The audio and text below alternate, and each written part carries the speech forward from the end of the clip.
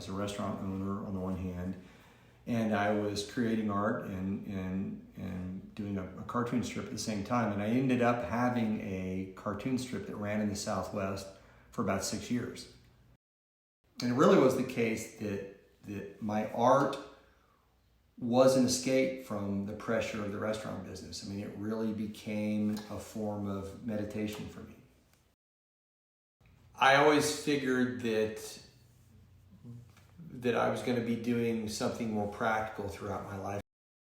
At times in my life where I had a lot of anxiety, a lot of uncertainty, art to me was comforting, and art was that sort of certainty when I was unsure about a lot of other things.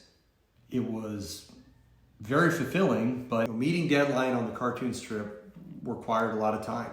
It required a lot of energy. It required a lot of organization and discipline to make that happen. It was difficult to be able to do both things together with the energy that both required.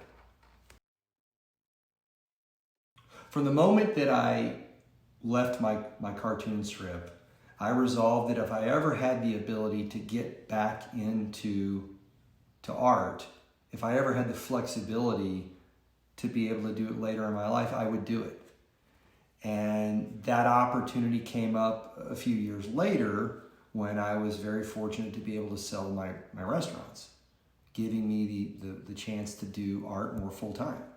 By the time I sold my restaurants, I had moved away from sketch art and from cartooning and more toward canvas art. When you look at somebody like Mondrian and you see the blocks of colors, at first glance you don't recognize it as anything other than blocks and colors. But then you learn more about what was driving the artist, and the representation on canvas wasn't just a shape and a color. It was more than that, right? For somebody like a Mondrian, he was painting a tree or a flower or a mountain. And I'm trying to give that sense when I paint abstract art. There's no such thing as bad art. There's just art. There's no such thing as screwing something up.